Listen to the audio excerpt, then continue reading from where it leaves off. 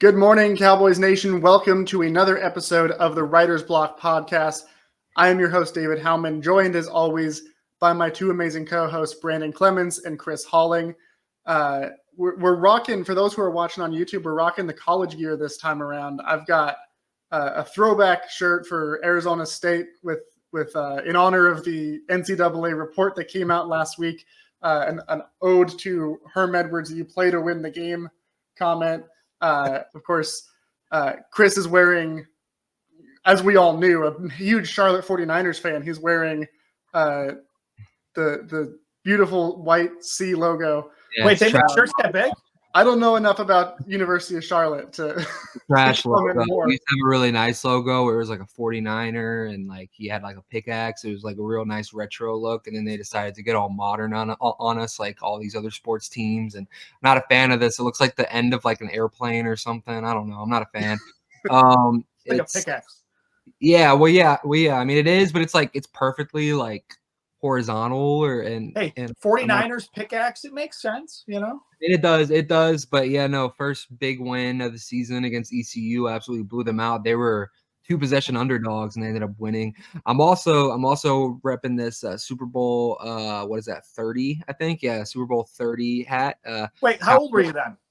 I was not even in the womb at that point, but that's But yeah, no, I do know the history. You know, fun fact: my parents actually have that game on VHS, so I can watch it if I want to. I'm not. We can watch it on YouTube. Do you know what VHSs are? I do actually. I was a 2000s baby, and I will say that when I was about 7 in 2007, I would watch some movies on VHS. So I mean, man. Here's the thing. You say 7 in 2007. Yeah, that hurt me. I was 7 in 2007. I graduated high school in 2007, boys. And listen, I mean, like there was a time where, I used to watch everything on VHS. So, the movie I used to watch the absolute most on VHS was Rudy. I watched Rudy like maybe 8 times on VHS. So, I mean, it's a good movie. I'm a fan. I found out that a lot of it is not actually true and that a lot of it was dramatized for the movie. But I'm just going to ignore that because it was a really good movie and I'd rather believe it was all real. So, speaking of Rudy in 2007, I watched that as a kid too. But I remember in 2007 at Arizona State, we had a quarterback by the name of Rudy Carpenter. And who actually ended up, I think he went undrafted. He played for the Cowboys very, very briefly at one point during the Romo era. But I always, in my mind, when I hear Rudy and in football, I always think of Rudy Carpenter before I think of the movie. So that's my fun story and relating it back to 2007 when Chris was 7. That hurts me. Brandon, you're of course the elder statesman of the group.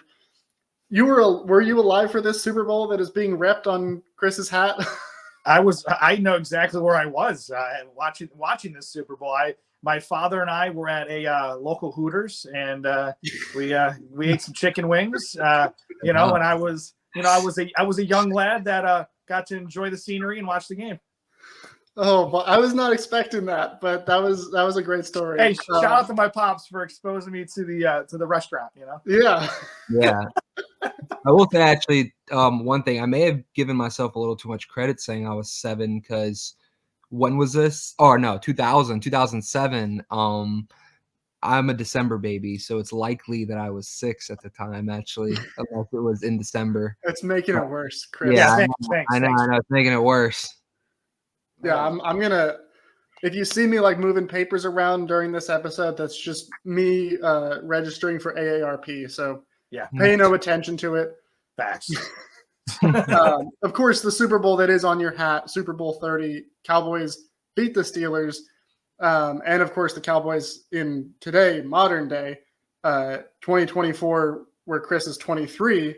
I can do that math really easily. A couple more months.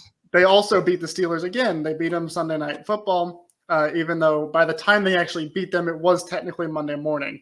Of course, with the weather delay, delayed it almost 90 minutes until we finally got kickoff. You guys are both East Coast guys.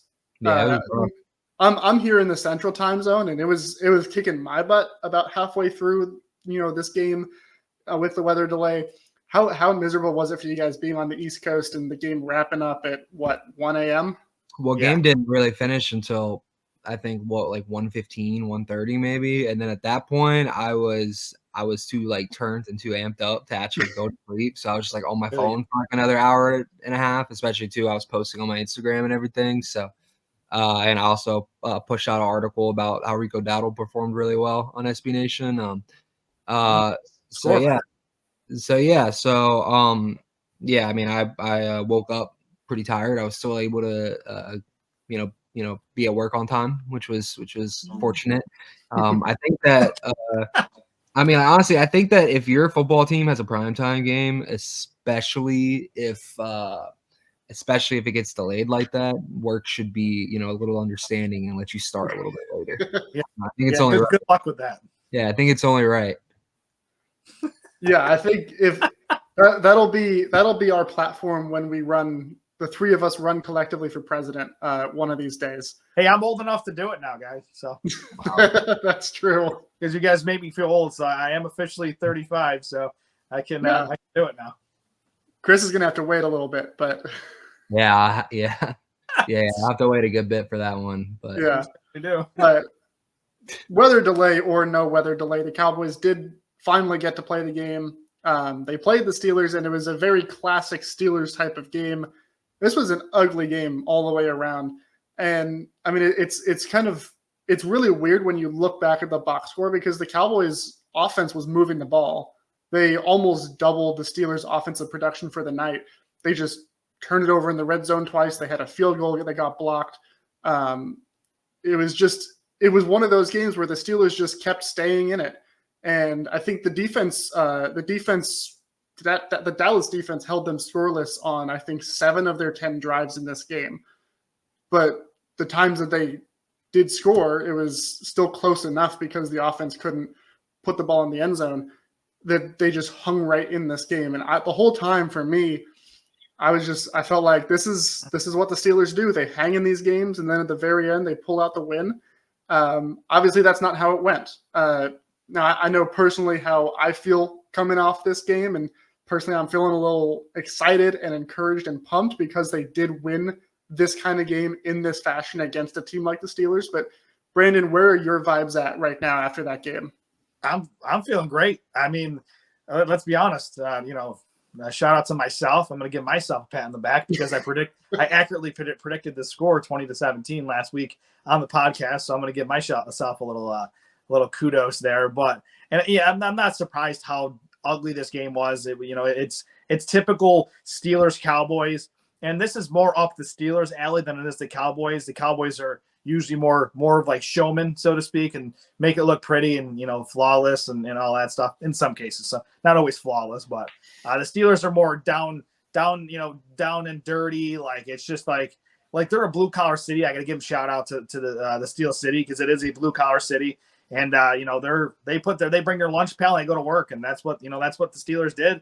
And the Cowboys beat them at their own game, which is a really good thing because they honestly, this is not the way they normally play football, but they adjusted and they did a hell of a job. And let's not forget, there was the Cowboys punted just once. Like they punted just once on the game, 45-yarder from Brian Anger. And overall, I mean, the turnovers kept the Steelers in the game. I'm not surprised because it is TJ Watt. It is that Pittsburgh Steelers defense. They got I think it's Terrell Austin, I think is the defensive coordinator for the Steelers. He's been in the coaching game a long time. A lot of interest for him being a head coach at some point. Like he's just a great defensive mind. So he's got those boys ready to rock and roll. TJ's just doing his thing. I did put out on social media in the beginning, like on that first drive for the Cowboys offense, they did exactly what they were supposed to do. And they were chipping TJ. Like I saw Brevin Span 4 chipping, and like Hunter Lipke was doing it. Like they should have kept doing that all game because it threw TJ off. And that one sequence where TJ got got that pressure and there's one of those fumbles. Like I'm like, what are we doing? Like we got to chip this guy. Like he's just so good. And it worked out in our favor. And I saw Chris's post on X about that like picture where Rico is diving for the end zone. The ball's sitting there, just sitting there lonely at the 4-yard line. And then I'm like, and Chris, I was with you, man. I was like, my heart stopped for a second, man. I was like, oh my God, get on the ball, get on the ball, get on the ball. And then Dak just jumped on it. I'm like, I don't like this. It was, they're at the 4-yard line. The play call. I mean, like personally, my go-to would have just been sneaking it. But even if you're not going to sneak it in that situation, like I think Rico Dowdle is the most explosive running back in this depth chart, like 100%. But that's kind of what you brought Ezekiel Elliott in to do, is to have goal line carry. Chris, I'll argue this. Like, the defender for the Steelers, I can't think of his name off the top of my head. It was a heck of a play by the defender for the Steelers. Like, obviously hindsight's 2020. I would have liked in that situation where maybe it was more of a traditional like I formation, because if the fullback is right in front of Rico Dowdle, that doesn't happen because the fullback takes the hit and then Rico goes over the pile and scores. So I mean, it was a lucky break. I went real quick. I haven't been the biggest. I've been the biggest critic of Jalen Tolbert. That's just it. And you know what? I got to give him his flowers. He, as Tyler Smith said, he sprained his nuts. So that was, I saw that. Like winning touchdown with a sprained nutsack. I mean, that's pretty. I mean, hey, you know what? Jalen Tolbert's a tough guy, and you know what? He made a hell of a play. He had a great game. I mean, I'm looking at his stat line here. Honestly, listening to David Howman's favorite broadcaster there, Chris Collinsworth, it seemed like Dak and Jalen Tolbert have a really special connection, which makes sense because of all the work they've done together. So, and again, when I'm critical of players, it's not because I don't like the player. It's just that, we're in the business of analyzing, giving our thoughts and our opinions on players. There's no hate. It's just, it's analyzing. And, I always root for these guys to do good. And when they break out like that and prove me wrong, that just makes me happy anyways, because that means the team's getting better. So shout out to Jalen Tolbert. I have been a critic. I want to see him carry this. Like, it can't be a one-game kind of wonder type situation. But I think this is the kind of momentum that he needs, and I think it's going to be good for his future. So I am excited to see what he does going forward, because 7 catches, 87 yards, and that tremendous touchdown, 10 targets. Heck of a game for Jalen Tolbert. Shout out to him. I'm glad to hear you say that, but I have to add some things on. Oh, here we go. Because, well, first of all, a week ago, pretty much all season, I've been saying, hey, Jalen Tolbert's putting together some good games. He's stacking good games. And you both have been like, man, he's not that good. Like, if he's your wide receiver 3, like this, that's terrible. And even last week, before we knew that Brandon Cooks was going to be missing this game, before we knew he was going to be put on injured reserve and miss at least 4 games, I said, like, he's your number 2 wide receiver right now. Brandon Cooks is not giving you anything. Jalen Tolbert has the trust of Dak Prescott, and he's been stacking good games. And this whole game, every time they went to him, he had that bomb. He had some nice contested catches, and then of course the game winner. Not at 100%, as we know. By the way, I like that we're not even 15 minutes in, and we've already talked about Hooters and sprained nutsacks. So we're having a good one so far. Yeah. But I just felt so vindicated the whole time. I was just like, man, Jalen Tolbert having a game like this, and specifically in a game where, of course, with Brandon Cooks being out, rookie Ryan Flournoy got to be active for the first time in his career. And got active and didn't get targeted once. Yeah, I'm going to take you guys in some exclusive all access into the Slack, because we were talking before this game. And our buddy Brandon, he made some comments. He said Brooks is talking about Jalen Brooks and making the argument that Ryan Flournoy should get the snaps that would otherwise go to Jalen Brooks. He said Brooks is nothing more than a special teams player. He shouldn't be in on offense during meaningful snaps. Of course, Jalen Brooks, I mean, he didn't have the game Jalen Tolbert had. He had that nasty catch. He had a nice catch. Yeah. He had a nice catch. That was probably a first down, and they decided instead to hurry up to the line. Congrats on the one grab. Nice job. Yeah. Hey, what did Ryan Flournoy do? They got to get him on the field more. That's the issue. And when we were having this conversation before the game too, I said something like, Jalen Brooks is going to be the third guy. Ryan Flournoy is not even going to get a target. Yeah. Brandon was like, he's going to get at least 2 or 3 targets. No, I put one.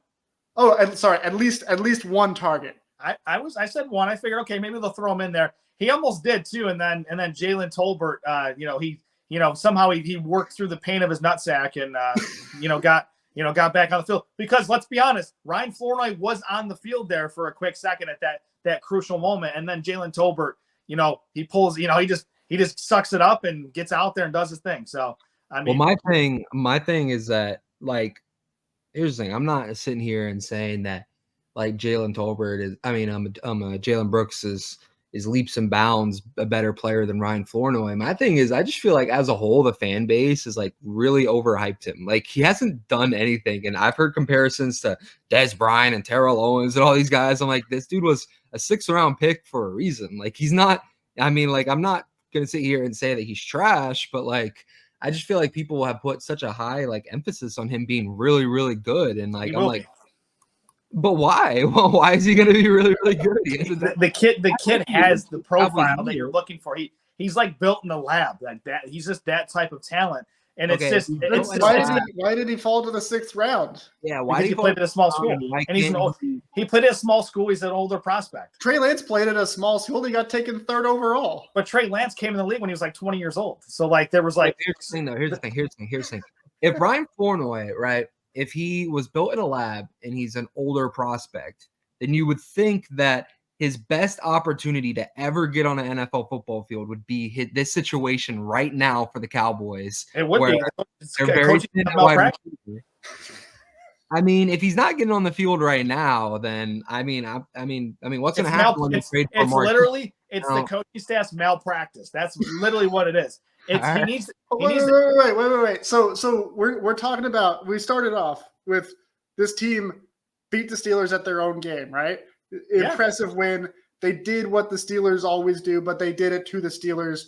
And now you're saying the coaching staff it's coaching malpractice to not have their 6th-round pick out there when I think one thing Jalen Tolbert, who you said all along is not as good as Flournoy, just steals the show. He should be in over Brooks. I'm not saying he's number 1 receiver right now, but give the guy a shot. Like he's a very good football player, and he's a better football player than Jalen Brooks. That's just that I'm just putting it out there. That's my opinion. You said he was better than Jalen Tolbert too. I think he can be, but I mean, Jalen Tolbert.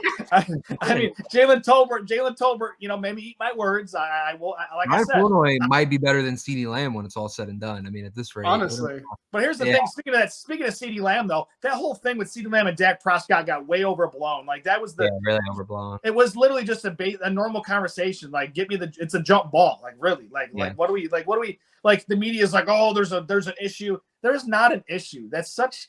Like that's such a farce. That's the media being the media. Like if you actually can read lips, literally there was nothing. There was not a swear word. It was pretty much like just throw me the jump ball. Really, it's really what it came down to. I think it was all fueled by Chris Collinsworth in the comments he made. Yeah. 100%. Because he really started with him and Collinsworth. I think you Brandon, you mentioned it earlier. My sarcastic love for Collinsworth, and honestly, I'm not that big of a Collinsworth hater. It's just. In this game, I felt like he was he felt super unprepared. At one point, he was talking about the Cowboys' defensive playmakers, and he was like, they got some guys on the back end, though. They've got DeMarvion Overshown. They've got Marquise Bell. And I was like, Marquise Bell's played 9 defensive snaps the entire season. He was inactive a week ago, a healthy scratch. All due respect to Marquise Bell, but I was like, this dude doesn't know what he's talking about. And then later he said, Overshown is the TJ Watt of this defense. And I was like, he's not very I like DeMarvion Overshown. I think he's gonna be good. I think the kid's a stud. I think DeMarvion Overshown might be one. If you're just looking at this defensive roster, like there's a guy on there that is a very easy comparison to TJ Watt. Micah Parsons. It's Micah Parsons. It's not DeMarvion Overshown doesn't do anything that TJ Watt does. DeMarvion Overshown is a stand-up linebacker who goes sideline to sideline. Well, I think Chris Collinsworth saying though, I think he's saying it, from an impact, like just the way he plays the game, the mentality, like he's even then. I get what he's trying to do, but it wasn't the right way. He didn't come out and say it the right way. Like you can't anoint DeMarvion Overshown as TJ Watt yet. I think DeMarvion Overshown is going to be an all-pro. He's 5 games into his career. I know, And here's the thing: I think Overshown's a future All-Pro. Like, I'm not gonna get that twisted. I think he's an All-Pro at some point. Like, he's a very good football player. I think he's gonna be a part of this future for the Cowboys going forward, obviously, and long term. But let's not put that TJ Watt thing on DeMarvion. Yeah, let's give him some time to let him play some games. Yeah.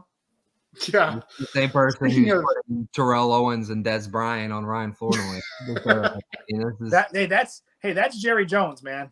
Jerry Jones put it out there. I'm like, Jerry Jones, obviously he's a used car salesman, at heart. So it's like when you hear the Des Bryant comments, it's like, okay, if you think he's got those abilities, then why aren't you telling personnel to get his rear end on the field? So it's like, I have two main takeaways to take away from last night that I thought really stood out to me.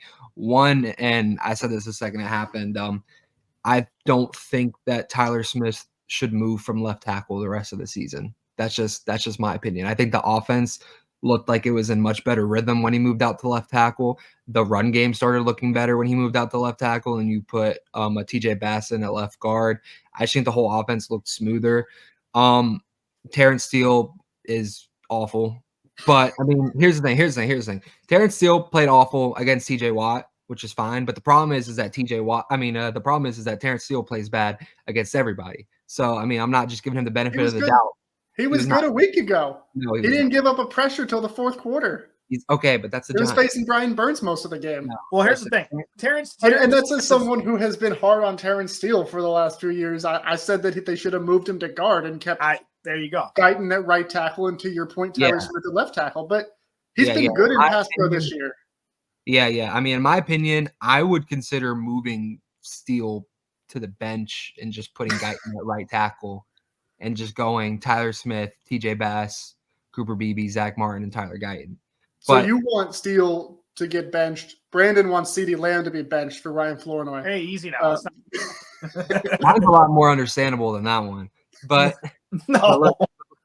But listen, one more thing that kind of stood out to me too is that Damone Clark was nowhere to be seen last night, and I think that's a coaching adjustment that played well for the Cowboys. He had 5 snaps last week against Giants and 0 last night, and that's coming from Bobby Belt on X. He pointed that out. I thought that the whole Cowboys defense looked a lot better in tackling. They didn't have nearly as many missed tackles. I read somewhere that they only allowed 6 missed tackles all night, which is actually nowhere near close to as bad as it's been over the last several weeks.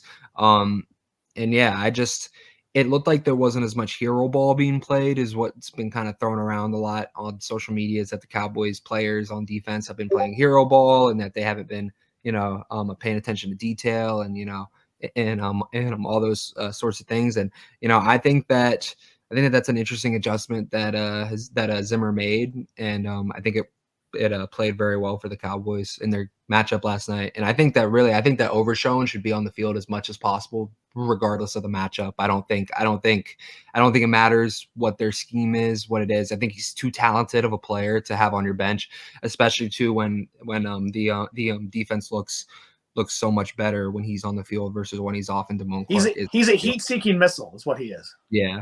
I agree. And I thought all in all, this was a really encouraging performance for the defense too. I mean, we know they were without Micah, DeMarcus Lawrence, Marshawn Nealon went down in the first quarter. I mean, it was like, I think at halftime, Mike McCarthy even said, we might need to move one of our linebackers down to play edge rusher the way it's going.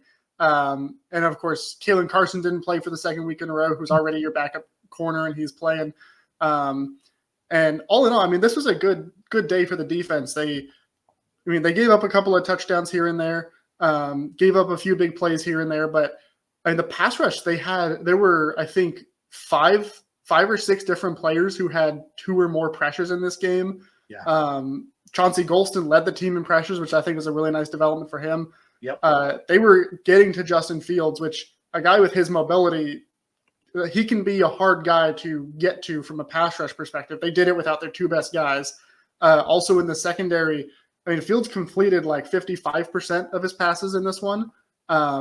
He, on 6 attempts of 20 yards or more down the field, he didn't complete a single one of them. They were not They were not falling for the bait. They were not giving up the big plays, which the way that this offense is built, they're going to run the ball and then they're going to use play action for the deep shots. Took that away. The Steelers, all in all, they averaged 3.4 yards per carry in this game. Another good showing for the run defense. I mean, this is not a game where I felt like I didn't walk out of here saying like, oh yeah, like we're back to it. Like defense is going to dominate again. But it was 2 games in a row now where the run defenses look good. The secondary has held their own. It's a defense we can win with. So I was very encouraged to see that. I gotta give a shout out to Tyrus Wheat. Heck of a game. Yeah. Played a hell of a game. Up. Did a great job. And Amani Uruwarriye, I've been trying to get that one. Great job on the outside. Like He's good. We might have found something here for depth. Like I'm not expecting to be the starter going forward. Once everybody's back, but he's a good find for the Cowboys. I feel like he's played well. He had that ceiling interception against the Giants just a week ago, and then I thought he played a great game. I thought he was pretty sticky on coverage all night. Shout out to the pit bull Jordan Lewis. He looked great. He's feisty as always. You know what? I got to tell you, this defense really impressed me last night. You're shorthanded. They got fire in them. They were hitting too. You could hear. Yeah. I loved it. I loved every second of it. It was a great performance. It was, I think, for Zim in his latest tenure with the Cowboys, this was their best defensive performance under Zim, in my opinion. I think so. And I love that you mentioned both Amani Oruwariye and Jordan Lewis. Because Oruwariye came to them not directly from, but his main playing experience before he got to Dallas was in Detroit playing for the Lions, who of course are up next on the schedule. Jordan Lewis is from Detroit, played at Michigan, and he loves playing against the Lions. Typically has done, I think the last 2 games that they've played with Jordan Lewis, he's had an interception in both games. Speaking of the Lions, and kind of shifting to kind of our around the NFL segment. I gotta say one thing real quick before we move on. Where I'm talking about these defensive players who really stepped up. The highest graded player from that game last night, according to PFF, for the Cowboys was a 35-year-old Linval Joseph, which I think is pretty nuts. And it's not even just that too. He has the highest pass rushing grade, according to PFF, among all defensive tackles in the league this season. Now, I have no idea how they do their grading, and I think it's a little suspect sometimes because they show a lot of hate towards Trayvon Diggs. And I don't want to take that one's. I think that one is definitely a sample size thing. I think it's a sample size thing, 100%. We saw that sack with Linval where he just. I mean, it was a great rep, but I feel like he ran right through him. PFF grade's inflated. Exactly. I definitely think it's inflated, but listen, I mean, that's exactly what the Cowboys need from their defensive tackles, with some kind of tenacity. And, I mean, for the 35-year-old to show up big like that, he didn't look like he was 35 last night. He looks great. Another 35-year-old. He looks fantastic. Keep it up, Linval. Yeah, for sure. That's all I wanted. I just wanted to give some credit to him because I think the interior of the defensive line really played well too, considering, they've been a big, weak spot for the Cowboys really for a long time now. It's felt like the defensive tackles have really been their Achilles heel, and I think that they looked really well. Yeah, and I'll go ahead and toot my horn again because I was right about Jalen Tolbert before. I was right about Ryan Flournoy not getting targets, and gosh darn it, I was right about a few weeks ago when I said, hey, the defensive tackles are going to be fine. Linval Joseph is just taking a little bit to knock the rust off because he didn't play in the preseason. Guess what? He's knocked the rust off. He looked darn good in this game. He looked darn good last week against the Giants as well, locking down the run. And they're going to need it this next week when they play the Lions, who, as I was saying before, they had a bye this week. They're going to be well rested for this game. The Lions also are going to be motivated in this game because they have to keep pace with the Minnesota Vikings, who are undefeated, 5-0. They went to London. They got up big on Aaron Rodgers and the Jets. The Jets kind of made a little bit of an attempt at a comeback, but guys, the Vikings are 5-0. Sam Darnold didn't look great in this one, but overall he's played well. The defense is playing lights out. Are these guys for real? Are they? Is the magic going to wear off, or is this Vikings team like a playoff team? This Vikings team reminds me a lot of like that Steelers team a little bit ago that like did really, really well. Weren't they like top 1 or 2 seed in the AFC, and then they didn't thing in the playoffs when they were the last undefeated team?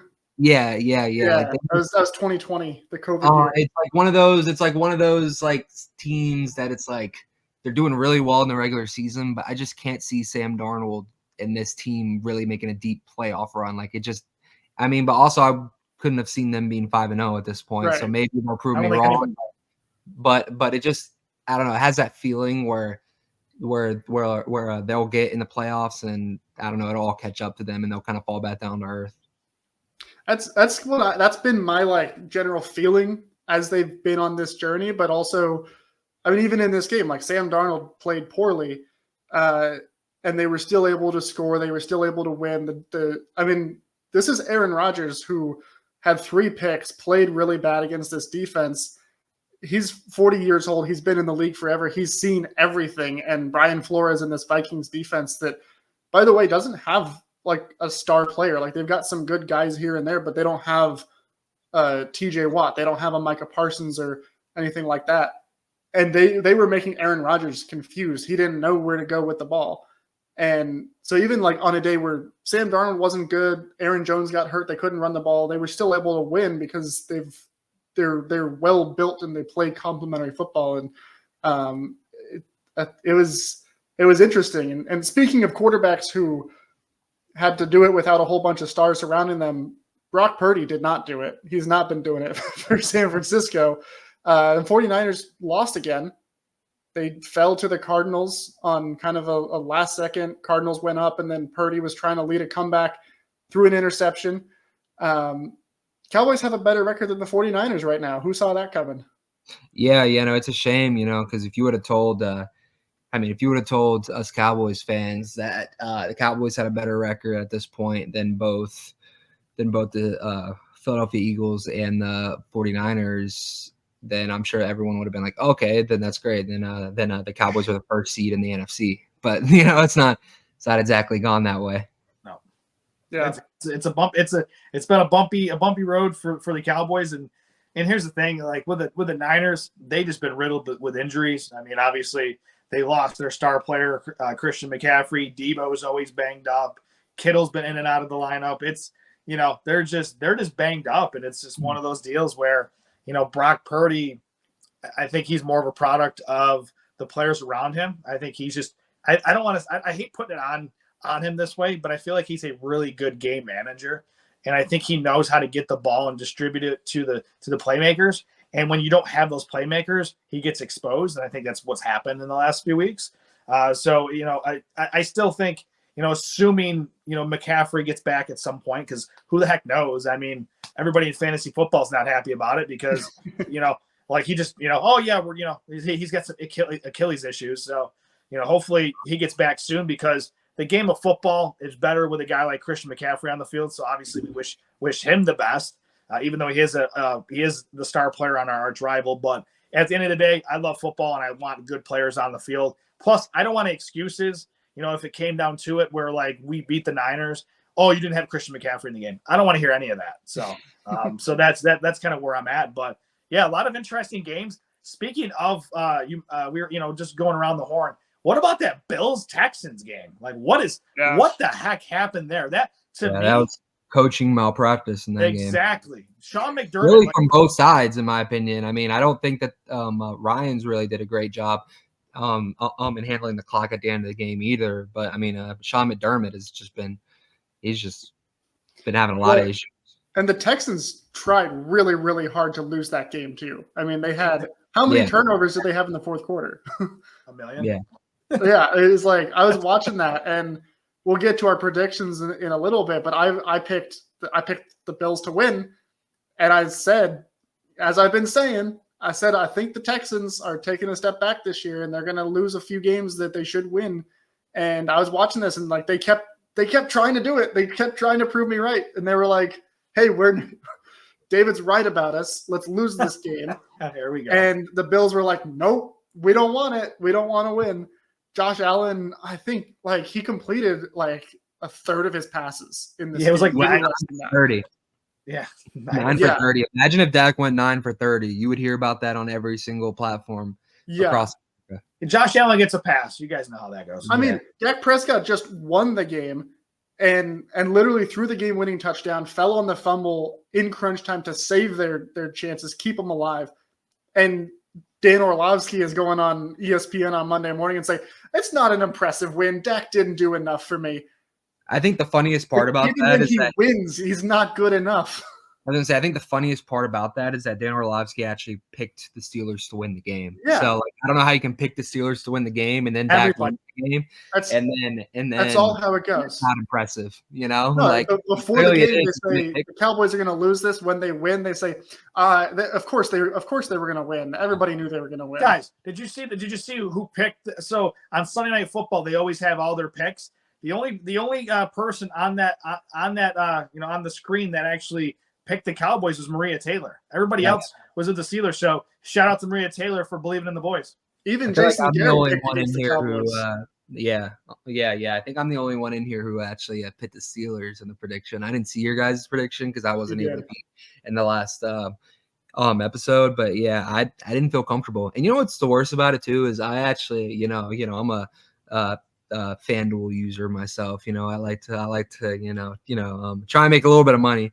And I threw pretty big money actually on the Cowboys to win the game, right?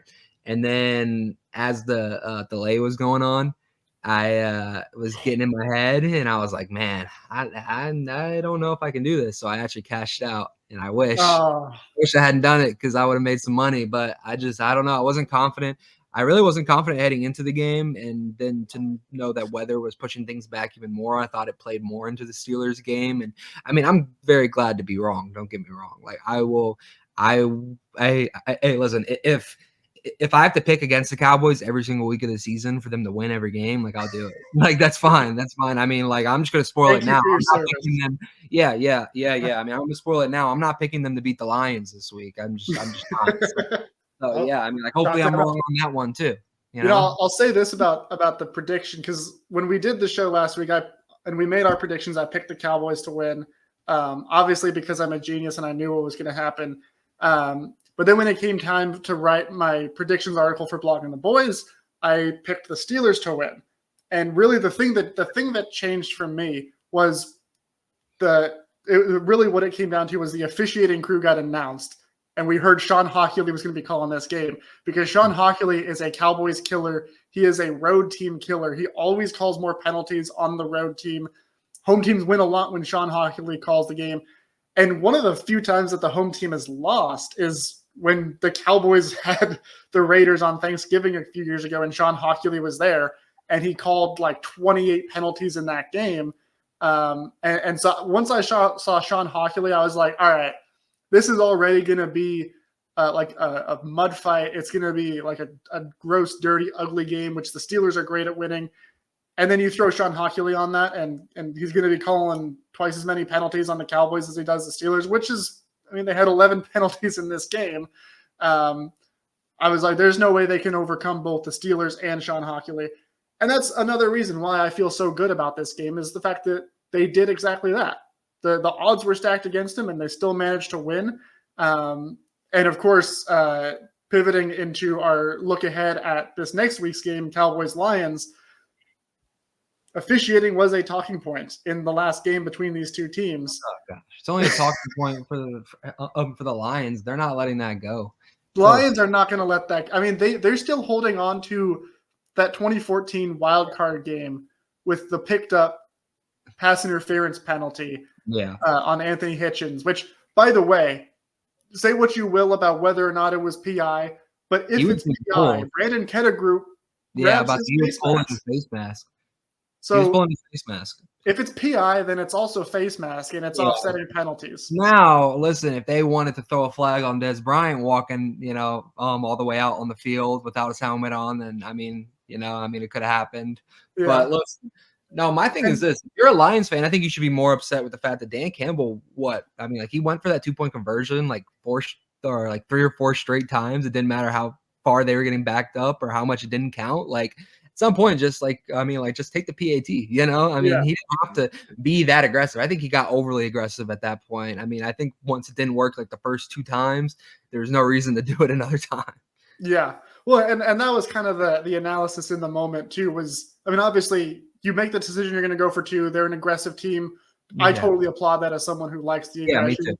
And then it doesn't work out. You get a second chance. You try the same thing. The third time, though, yeah, it's to like, your dude, point. you gotta just take your PAT and try overtime at that point. Like, yeah, but that does make me very excited for this game, though, because I do think there's going to be I think it's going to be a good game, because this is the third year in a row that these teams have met. First time was it was the 2022 season. Dak had just come back from his injury, and they like blew him out. Jordan Lewis got a diving interception. That's when he messed up his foot and was out for the season. But like they completely dominated that game. And then last year, of course, it was very different. The Lions, went to the playoffs. They had this big year. They finally broke through in the Dan Campbell era after that rebuild. And it was a very good game. It was a very close one, and it came down right to the very end with that controversial who actually reported kind of deal. Yeah. And I think that's going to feed into this game anyway, with two teams that – the Cowboys are coming off 2 straight games now where it's not looked pretty, but they've gutted it out. They've been able to get the win. And the Lions are kind of similar to the Steelers in that – like they don't care if it looks pretty. Sometimes it'll look really nice and they just blow teams out. But this is Dan Campbell and biting your kneecap off. Like they want to be physical. They want to fight. And I think this is going to be a really, really fun one. I'm very, very curious to see how this one actually comes together, because neither of these teams have really looked completely put together so far this season. But it should be a really good one. Yeah, no, I agree. I think it'll be good, but I don't know. I have my doubts about if the Cowboys defense can hold up the way that they did against that Steelers offense, just because, Justin Fields is not the same player that Jared Goff is, and, their weapons aren't the same weapons. Jahmyr Gibbs are very different quarterbacks. I'll give you exactly that. Very, very different quarterbacks. Jahmyr Gibbs, he's a lightning in a bottle, and then you also have the physical running of David Montgomery.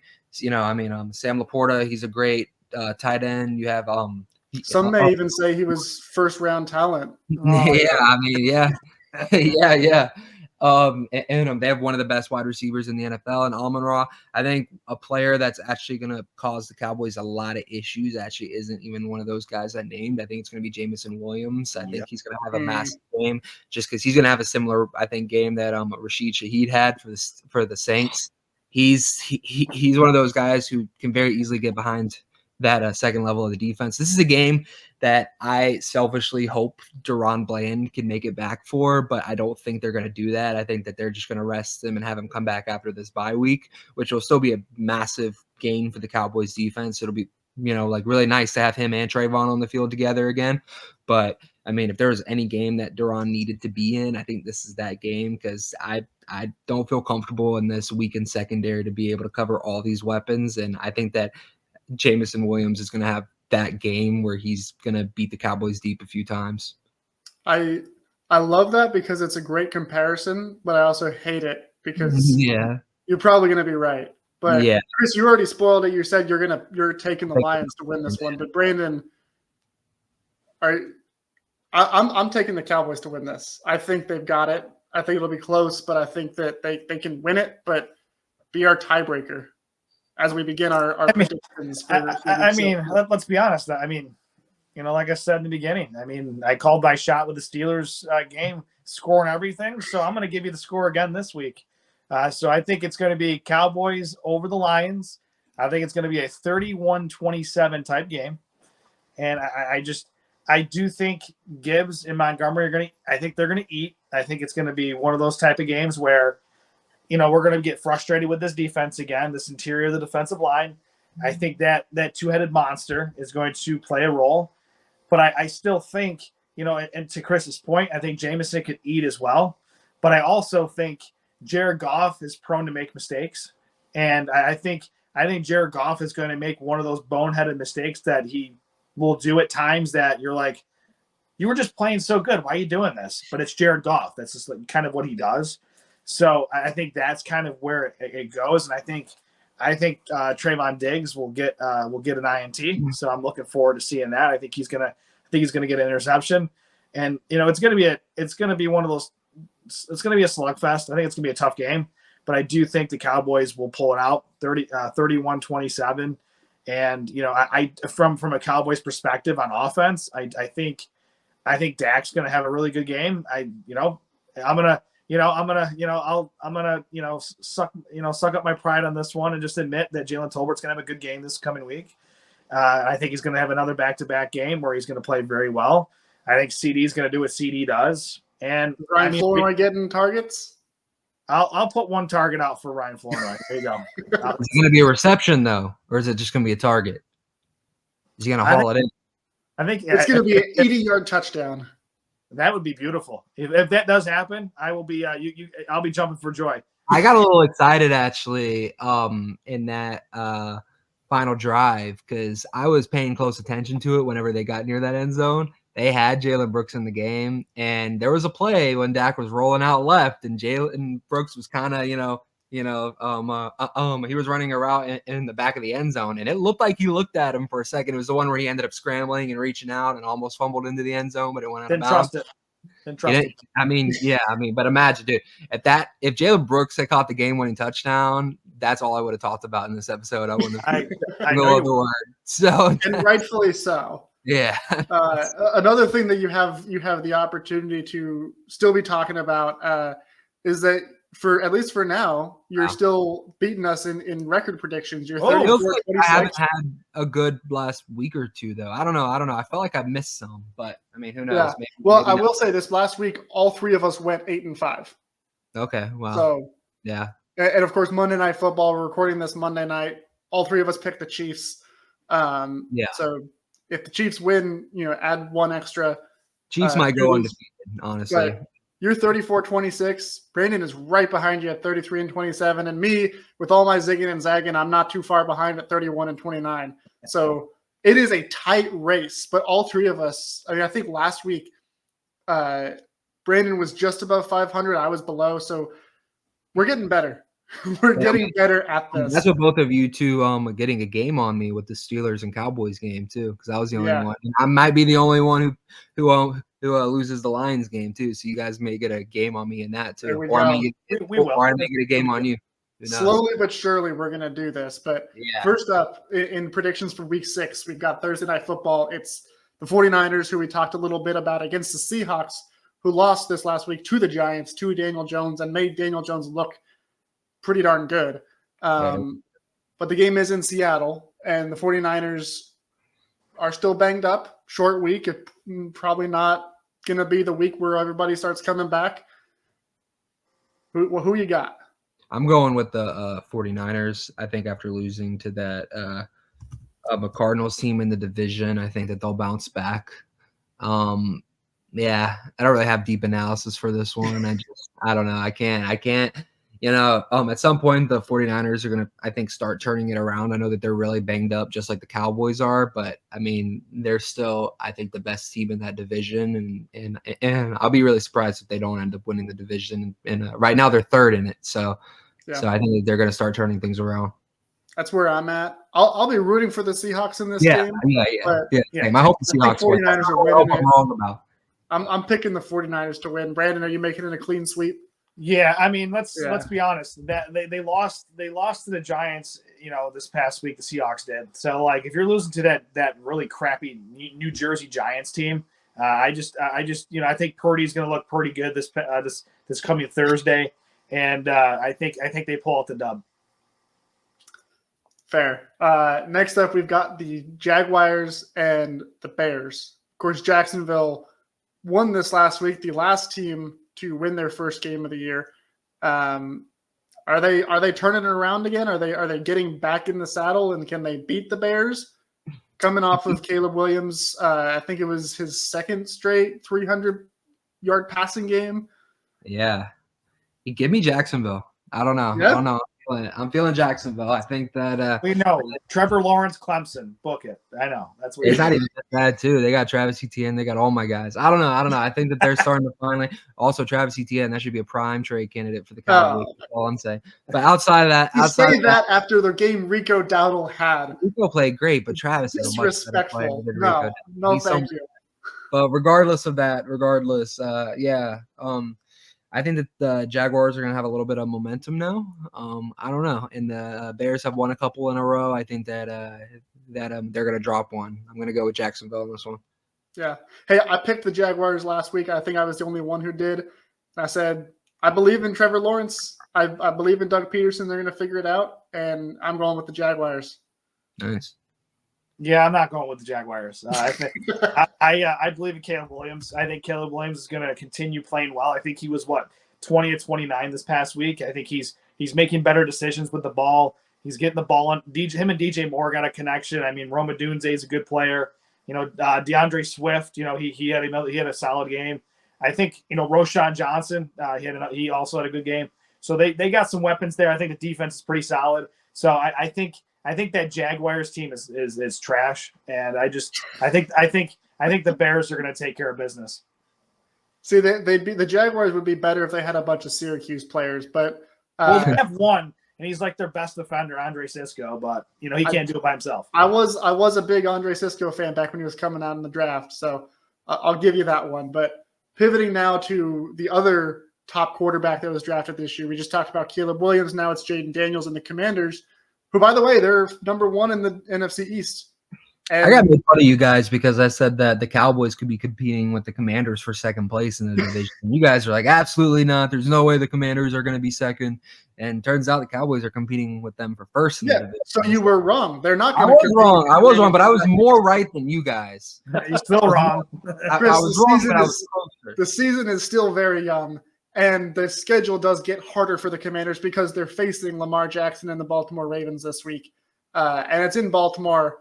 I'm taking the Ravens to win this one. I think Jaden Daniels looks legit as an Arizona State guy. I could have told you that. I did tell you that back in the draft. You weren't as high on him as I was. Oh, I for sure was. I thought you had Caleb Williams over him on your board. I had Caleb Williams over him just because of what he was able to do at USC when you put those players around him. And because with Jaden Daniels, it was more a case of you've seen him. He had his struggles in college, and it was going to be very dependent on what the fit was with the offensive scheme wherever he goes. But I was saying, I mean, he's got that dog in him. He's going to figure it out. It may just take a little bit.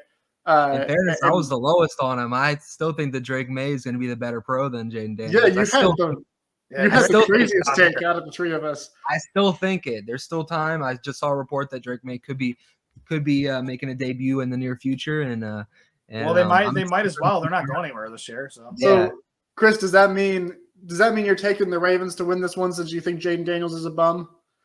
No. Okay. So here's the thing.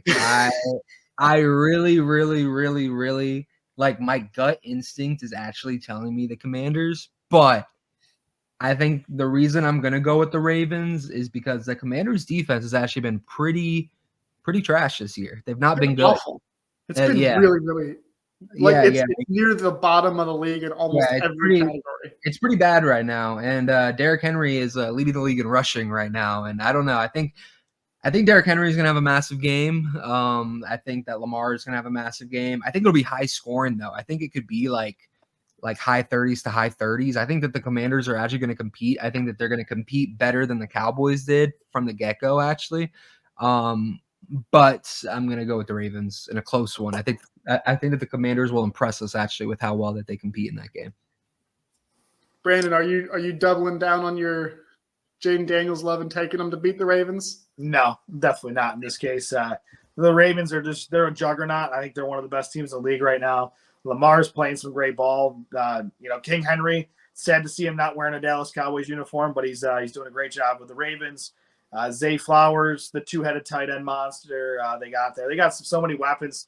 The defense is pretty solid, and they're just a great football team. I think it's going to be one of those games where it's going to be a back to earth moment for the Commanders and Jaden Daniels. I think the Ravens are they're going to put a whooping on them, to be honest with you. I agree, and I think that'll make me feel better about the game. The Cowboys lost to the Ravens as well. Next up, we've got Cardinals and the Packers, Arizona and Green Bay, Kyler Murray, Jordan Love. Both of these teams have been so hard to read because Obviously, the Packers, Jordan Love missed a few games. He hasn't been completely 100% since coming back. Whereas the Cardinals, looked great week 1. Then ever since then, they didn't look very good. And then this last week, beating the 49ers, they looked real legit. So anyone's guess as to which of these two teams is showing up. I'm going to go, and I think you'll appreciate this, Brandon. I'm going to go Cardinals off of a game-sealing interception from Garrett Williams. That's going to be I think. Speaking of Jaden Daniels, Garrett Williams actually had a really impressive one-handed pick against him whenever they matched up. It was very impressive. But he learned that at Syracuse. Did do a great job. but yeah, I think that I'm gonna take the Cardinals. Actually, I think that Marvin Harrison Jr. is gonna have a massive game. I think he's gonna eclipse 150 receiving yards and at least 2 or more touchdowns. That's gonna be my prediction. You are speaking to my fantasy football heart as someone who owns both Marvin Harrison Jr. and Jaden Daniels. I played Marvin Harrison Jr. They're both going to have a big game, and I'm just like, please be right. That said, I am taking the Packers just because I think the Packers they're a better coached team. I think they've got a few better weapons on both offense and defense. The Cardinals are still a little bit of a young team aside from, I think Kyler Murray's young-ish, but he's been in the league longer. Plus the fact that it's in Green Bay, Lambeau's a hard place to play. So I'll take the Packers, but I don't feel good about it. Yeah, Jay Love he's getting back in his groove after the injury. I mean, that connection with Jaden Reed is legit.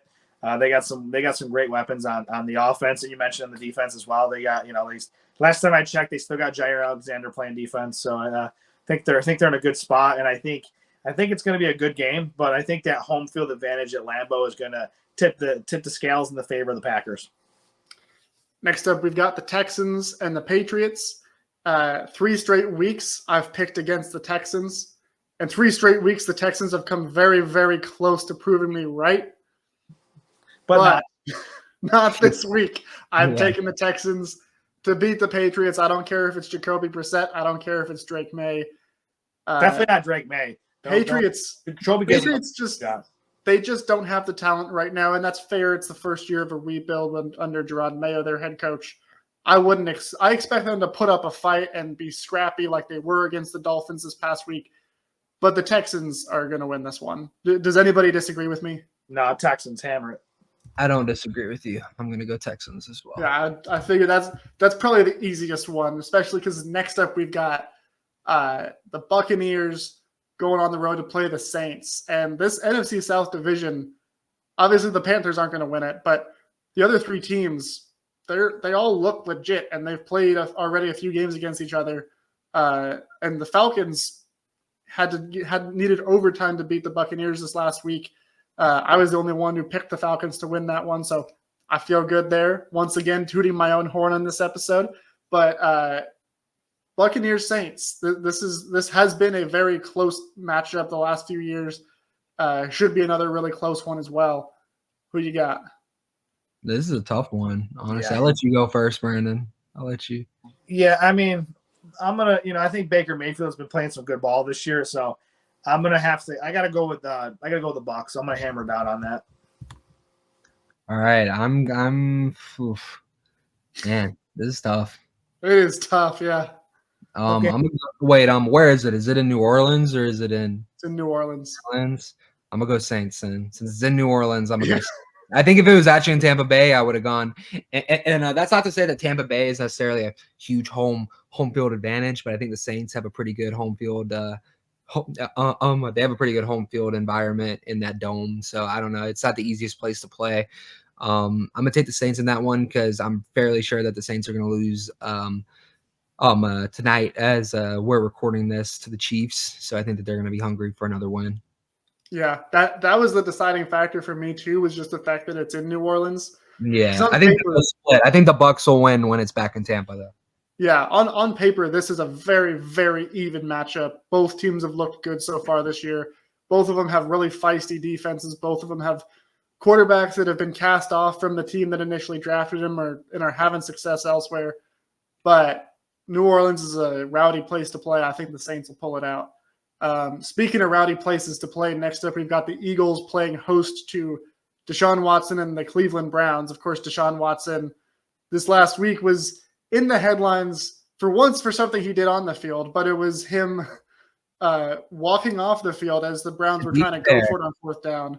In fairness, I saw a lot of context behind that. And listen, it looked really bad, him walking off the field, but I saw another tweet saying that they had too many men on the field and that Stefani wasn't going to call the timeout. And that's why he walked off the field. And there's a video clip of Amari Cooper actually going like this. He's like counting the people on the offense. And it looked like Deshaun was equally frustrated as well.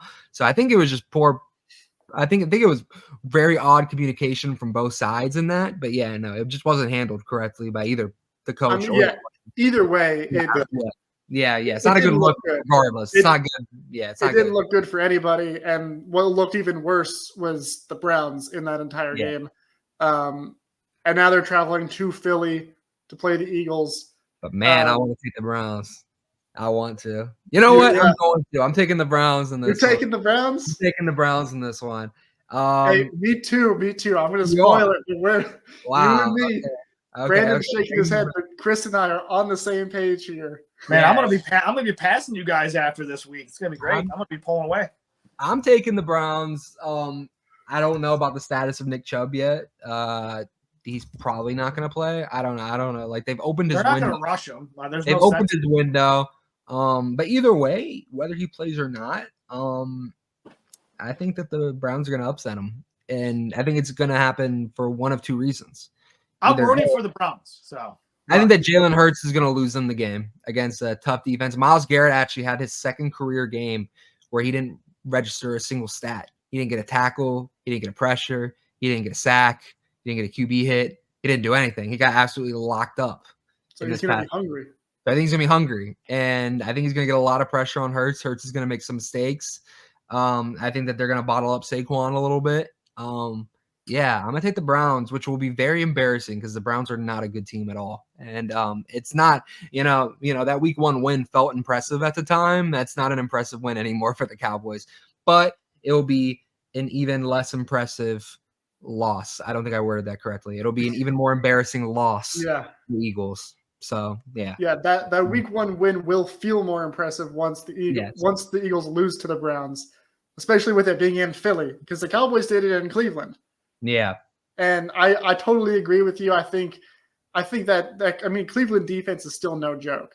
And the offense is its own disaster. But another thing that's a disaster is this Eagles defense. They're not doing good. They're not playing well.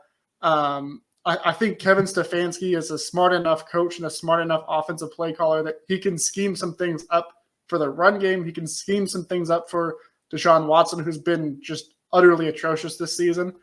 But even he will be able to make him look good against this Eagles defense. And I just think in general, the Eagles locker room right now, there's already a bunch of tension from the way things ended last year. I think that now that they're facing a little adversity early in the season, that locker room is just a pressure cooker right now. And the last thing that pressure cooker scenario needs is an angry Myles Garrett coming in there and an angry Browns defense coming in there wanting to make people look foolish. This offense for the Eagles has looked foolish the last few weeks. I think they get the surprise win. I'm right there with you, Chris. Brandon, are you going to make it a sweep? Are you taking the Eagles? Or are you? I spoiled it. Are you taking the Browns? No, I'm not. Here's the thing. I'm rooting for the Browns to win because I'll never root for Philly in any situation. It's just how it is. But in this situation, I think Philadelphia is still the better football team. I still think Deshaun Watson is probably one of the worst quarterbacks in the league right now, one of the worst starting quarterbacks in the league. And I hate to say this, but this is going to be one of those games where I think Philly really, I think they take care of business. And Philly on Twitter, X is going to be, they're going to be a high on their horse, and then they're going to get overconfident and then fall apart again. So I just think that's where we're going. I think Saquon's probably going to have a good game because I think Saquon is still a hell of a talent. I think Hurts makes less mistakes than Watson, and I think that's what's the deciding factor. I think the Eagles are going to win. I hate saying it, but I think that's what happens. Man, that's disgusting, saying nice things about the Eagles. Yeah, I know. But next up, we've got another game that should be probably disgusting is the Colts and the Titans. Colts potentially playing another game with Joe Flacco starting. Titans maybe playing with Mason Rudolph at quarterback. That's not. I'm not excited to watch that. Yeah. I won't watch this game, but I'm gonna go with the Colts. I'm not gonna watch it, but I don't know. You'll check the I have no score to see if fantasy you got it right. implications. I don't even have any tie to it. Like, I mean, if I had a fantasy player, but fortunately my team's good enough that I don't need a fantasy player from either of those teams. Actually, that's not true. I have Jonathan Taylor, but he's hurt, so Yeah. that sucks. But yeah, I got the Colts. Yeah, I'll take the Colts as well. I think the Titans are just really bad, and I think the Colts are not as bad. So yeah, pretty much. Not by much. I think that's pretty succinctly put. The Titans, I think honestly the Titans have a good roster outside of quarterback, but the quarterback spot is so bad that it's a bad team until proven otherwise. Next up, we've got the Chargers playing the Broncos. Of course, the Broncos beat the Raiders this past week, but am I wrong to assume we're all taking the Chargers here? Yeah, I'll take the Chargers. Nobody's a believer in Bo Nix against Jim Harbaugh's defense? No, I think Harbaugh and the Chargers would take care of business as well. Yeah, I just think the Broncos are. I think the Broncos are just that bad that it doesn't matter what the Chargers do. They're probably going to win this game.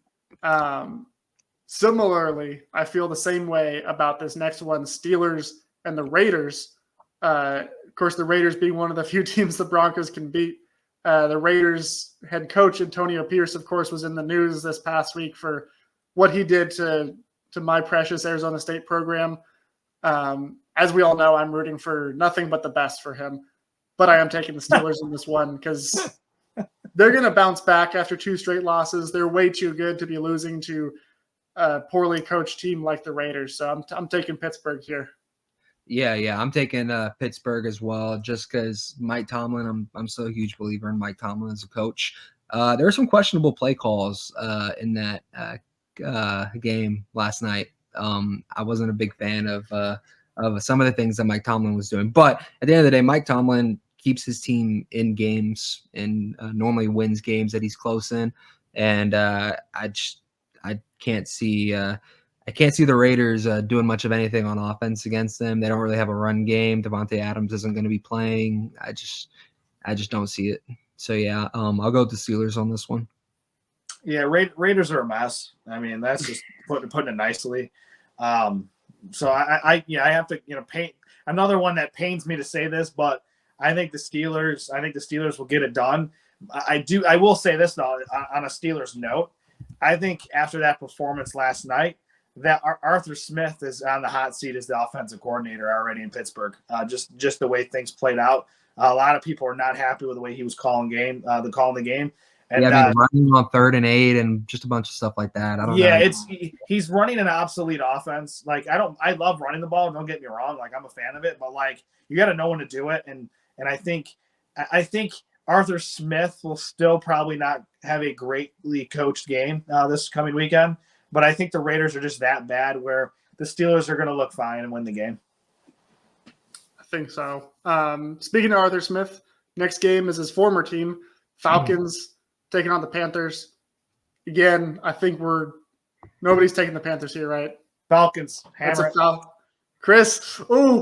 Chris, I see you. He wants to do it. He wants to take the Panthers. I want to, but I'm not going to. I do. I want to, but I'm going to go with the Falcons. I have the record I have because I don't take too many upsets. I tend to kind of stick. That's fair. I kind of tend to stick with things that are logical and make the most sense. But I don't know. Something in me is telling me that the Panthers could surprise some people and make that close. Because that's your home team essentially. Essentially, yeah. But I don't know. I don't know. I feel like that's like the model game that like Kirk Cousins would come into and just suck for no reason. Like, I mean, like there's no reason to. Like, they have the worst secondary in the league, but they just are coming off high off of that overtime win that they really shouldn't have won. Like, I could just see it. It seems like you should be taking them, is what I'm not going to. I'm not going to. I'm not risky enough to. All right. I want to, but I'm not going to. I'm going Falcons. Well, we got 2 games left to pick since we already did the Cowboys and Lions. but we've got the Sunday Night Football, which will be Bengals and Giants, Joe Burrow, Daniel Jones. Bengals. Yeah. Bengals. Anything else? That's an easy one. Giants have the better record, but I mean, we all know why we're picking the Bengals. Yeah. And then finally, we've got the Buffalo Bills taking on the New York Jets. Neither quarterback had a particularly great game this past week. I'm still going with the Bills. Josh Allen's going to figure it out. Sean McDermott's going to figure it out. They've been there. They've done that. Yeah. I'm going to go Jets. You're going Jets? I'm going Bills. I'm going to go Jets. I think Aaron Rodgers is kind of fuming. I think he's upset about that interception he threw. I think that the defense plays well. I think that they get a couple turnovers on Josh Allen. I think that the Jets are able to get a running game going. I don't know. I also made the mistake of saying that was the Jets division to win heading into the season. So I'm just going to stick with my guns here and hope that they end up proving me right. But it's not off to a hot start so far. I think Josh Allen bounces back. I think he's going to have a bounce back game, and I think he'll play well. I think for my fantasy football team's sake, Howman's favorite tight end, Dalton Kincaid, gets his act together and has a big game this coming weekend. He's my guy, and he'll do you well. It's just a matter of time. Yeah.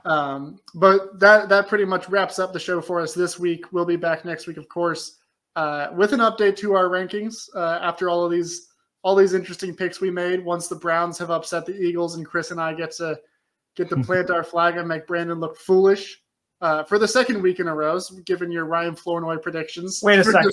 This past week. Accurately 20-17, I called that game. So but you also, the Ryan Flournoy thing was one target. That's not going that far on a limb. It's not like the most embarrassing thing I've ever seen in my life. He'll be fine. Ryan Flournoy is going to show up eventually. I'm telling you, he's going to when they finally figure it out, he's going to be good.